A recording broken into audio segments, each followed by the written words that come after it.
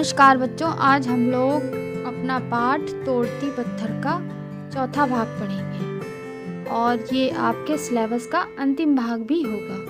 इसमें आप जो अपठित पद्यांश है उसके बारे में पढ़ाएंगे।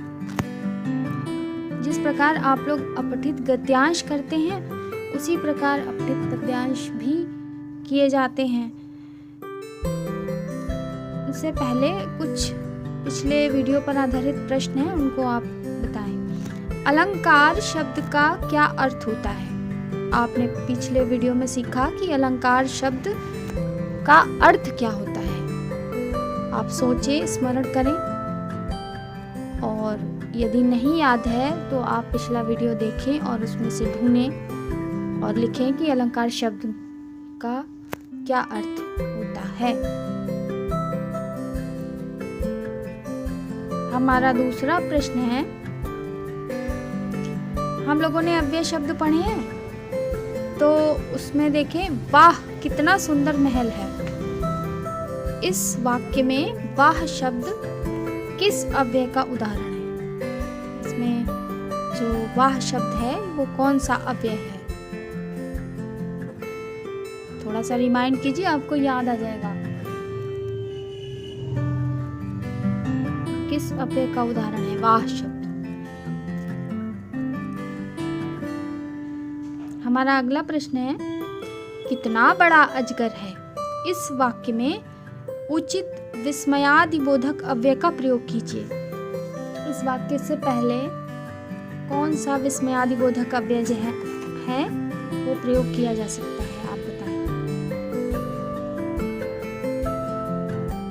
कितना बड़ा अजगर है, आपके मुंह से अनायास जो शब्द निकलेगा वो कौन सा होना चाहिए? थोड़ा सा सोच के आप लिखें।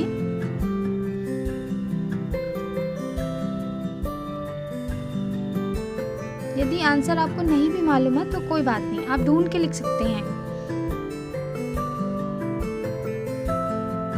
जिस प्रकार कहानी या किसी लेख को गद्य कहा जाता है, हम गद्य बोलते हैं, उसी प्रकार कविता या किसी पद को क्या कहते हैं? सोचें और बताएं। कविता होती है, उसका दूसरा नाम क्या है? क्या कहते हैं?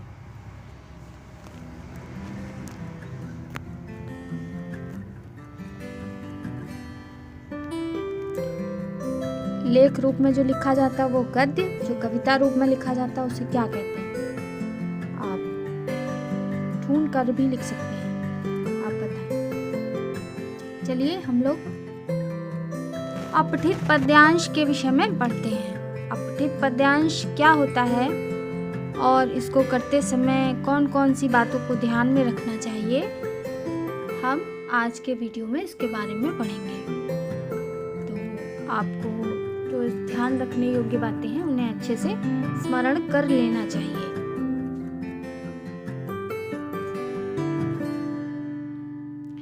अपठित पद्यांश का अर्थ होता है काव्य का वह अंश जिसे पाठ्य पुस्तक में न पढ़ा गया हो। इसमें काव्यांश को ध्यान से पढ़कर उस पर आधारित पूछे गए प्रश्नों के उत्तर देने होते हैं। इन प्रश्नोत्तर से विद्यार्थियों की अर्थ ग्रहण क्षमता और भाषा ज्ञान का विकास होता है। अपठित पद्यांश से संबंधित प्रश्नों के उत्तर देते समय निम्नलिखित बातों को ध्यान रखना चाहिए। सबसे पहली बात है, पद्यांश को 2, 3, 4 बार पढ़कर उसके भावार्थ को समझने का प्रयास करना चाहिए। दूसरी बात है, पूछे गए प्रश्नों को ध्यान पूर्वक पढ़कर पद्यांश में से ही उत्तर ढूंढने चाहिए। और यदि शीर्षक पूछा जाए तो शीर्षक कम से कम शब्दों में होना चाहिए। तो पहली चीज़ है कि ध्यान से पढ़ना चाहिए और उसके अर्थ को समझने का प्रयास करना चाहिए। और जो उसमें क्वेश्चन पूछे जाते हैं पद्यांश पर आधारित, तो उसके आंसर जो होते हैं पद्यांश के अर्थ में से ही लिखने चाहिए। और प्रश्नों के जो उत्तर आप लिखें वो सरल भाषा में होने चाहिए और शीर्षक कम से कम शब्दों का होना चाहिए। तो इन बातों को आप ध्यान रखेंगे। आइए एक पद्यांश को जो आपकी पाठ्य पुस्तक में है उसे पढ़ते हैं। दिए गए पद्यांश को पढ़कर प्रश्नों के उत्तर दो। इसमें पहली लाइन है, पर्वत कहता शीश उठाकर तुम भी ऊंचे बन जाओ। यानी पर्वत जो है वो जिस प्रकार ऊंचा खड़ा हुआ है वो हमें संदेश देता है कि हम भी उसी की भांति ऊंचे बन जाएं। और सागर कहता है लहराकर मन में गहराई लाओ। सागर जो है, समुद्र जो है, वो लहराता हुआ कहता है कि उसके अंदर कितनी गहराई है। इस प्रकार मन में गहराई होनी चाहिए। हर चीज को सहन करने की, बर्दाश्त करने की क्षमता होनी चाहिए। समझ रहे हो क्या कहती है उठ उठ गिर गिर तरल तरंग। कवि कहता है, क्या आपको समझ में आता है उठ उठ गिर गिर तरल तरंग। जो सागर की जो तरंग है वो उठती है, गिरती है, उठ गिर कर क्या कहती है। तो कवि आंसर भी देता है, भर लो अपने मन में मीठी मीठी मृदुल उमंग। वो कहती है कि अपने मन में बहुत सुंदर सुंदर सपने भर लो, मीठे मीठे प्यारे प्यारे उमंगे भर लो। उमंगे माने मतलब जो हमारे सपने होते हैं उनको भर लो। पृथ्वी कहती धैर्य न छोड़ो, कितना ही हो सिर पर भार। पृथ्वी हमसे ये कहती है कि अपने सिर पर चाहे जितना भार आ जाए, चाहे जितनी जिम्मेदारियां आ जाएं, कभी भी धैर्य को नहीं छोड़ना चाहिए। और लब कहता है फैलो इतना, ढक लो तुम सारा संसार। और आसमान जो है, आकाश जो है, वो हमको कहता है कि तुम इतना फैल जाओ, इतने तुम्हारे हाथ आंचल, इतना तुम्हारा मतलब छत्र छाया बड़ी हो जाए कि इसमें तुम्हारे सारे संसार समा जाए। यानी कि एक बंधुत्व की भावना तुम्हारे अंदर होनी चाहिए जिसमें सभी लोग आ जाएं। अब इस पर आधारित प्रश्न है, उनको करना है। तो पहला प्रश्न है, देखिए, उपर्युक्त कविता का शीर्षक लिखना है। आपने कविता को पढ़ा, उसके अर्थ को समझा, अब इस कविता का शीर्षक क्या होना चाहिए। आप अपने मन से विचार कीजिए और सोचिए ये किसके बारे में ये कविता है। और आप लिख सकते हैं कोई भी शब्द, शिक्षाएं हो सकता है, ये प्रकृति की शिक्षाएं हो सकता है, ये कोई भी शब्द जो आपको उचित लग रहा है, अप्रोप्रिएट लग रहा है, आप उसका शीर्षक लिख सकते हैं। शीर्षक का मतलब उसका टाइटल, नाम। अब दूसरा प्रश्न है, पर्वत हमें किस बात की शिक्षा देता है। पर्वत हमें श्रेष्ठ बनने की शिक्षा देता है, ऊंचे उठने की शिक्षा देता है। और पृथ्वी से हमें किस बात की सीख मिलती है। पृथ्वी से हमें धैर्य रखने की सीख मिलती है। पृथ्वी कहती धैर्य न छोड़ो, कितना ही हो सिर पर भार। आकाश से हमें शिक्षा मिलती है कि इतना फैल जाओ, इतना कि सारा संसार तुम्हारे आगोश में आ जाए। यानी कि तुम्हारे अंदर बंधुत्व की इतनी अच्छी भावना होनी चाहिए कि तुम सभी से भाईचारे के जैसा प्रेम कर सको, सभी को अपना मान सको, सभी के सुख दुख परेशानी में सम्मिलित हो सको। मतलब आकाश जो है सभी के ऊपर छाया हुआ है, उसी प्रकार आकाश हमें शिक्षा देता है कि हम सभी को मतलब समेट लें अपने में। तो इस प्रकार कविता का अर्थ आप प्रश्नोत्तर कर लेंगे। एक प्रश्न और है, दिए गए शब्दों के दो पर्यायवाची शब्द लिखने हैं। पृथ्वी के 2 पर्यायवाची शब्द भू, भूमि, धरा। सागर के 2 पर्यायवाची शब्द जलधि, समुद्र, वारिधि। आप 2 से 3 से या 4 से जो भी आप पर्यायवाची जानते हैं आप अपनी नोटबुक में कर लेंगे तो ये आपका अतिरिक्त ज्ञान हो जाएगा।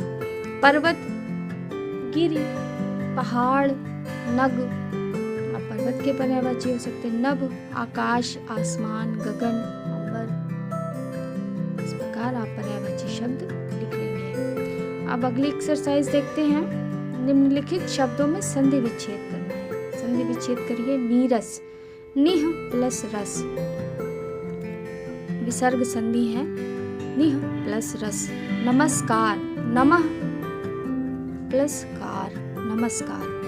उच्चारण में उत प्लस चारण, आधा ता होगा। ऐसे ही उद्घाटन में भी आधा ता होगा, उद्घाटन। आप संधि विच्छेद डिटेल में आगे की कक्षाओं में पढ़ेंगे। यहाँ पे आप संधि विच्छेद को समझ लें। स्वागत, सु प्लस आगत, आप स्वागत की संधि विच्छेद लिखेंगे सु प्लस आगत। महर्षि,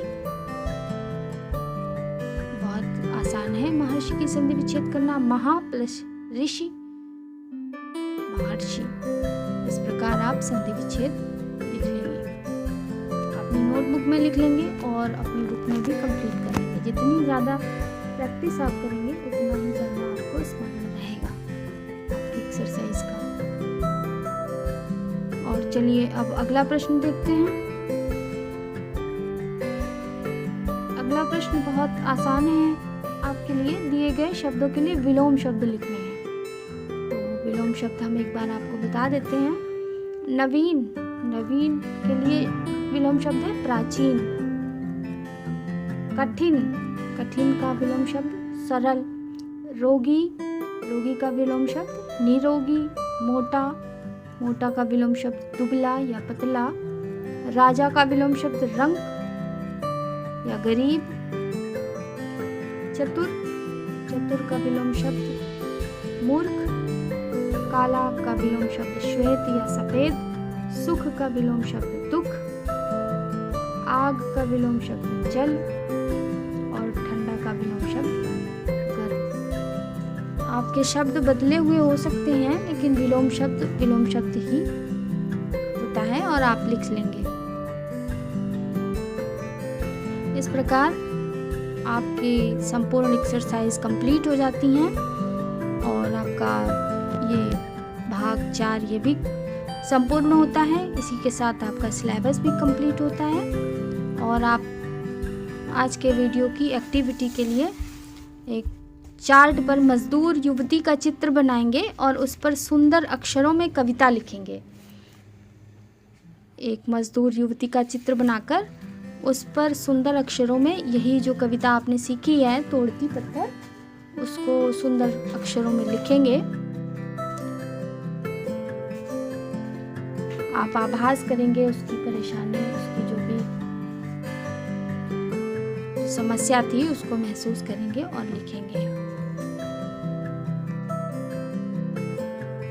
और होमवर्क में अपने आसपास काम करने वाले किसी मजदूर से आप मिलिए और उसकी परिस्थितियों को जानने का प्रयास करिए और जो भी आप अनुभव करते हैं उसे आप लिखिए।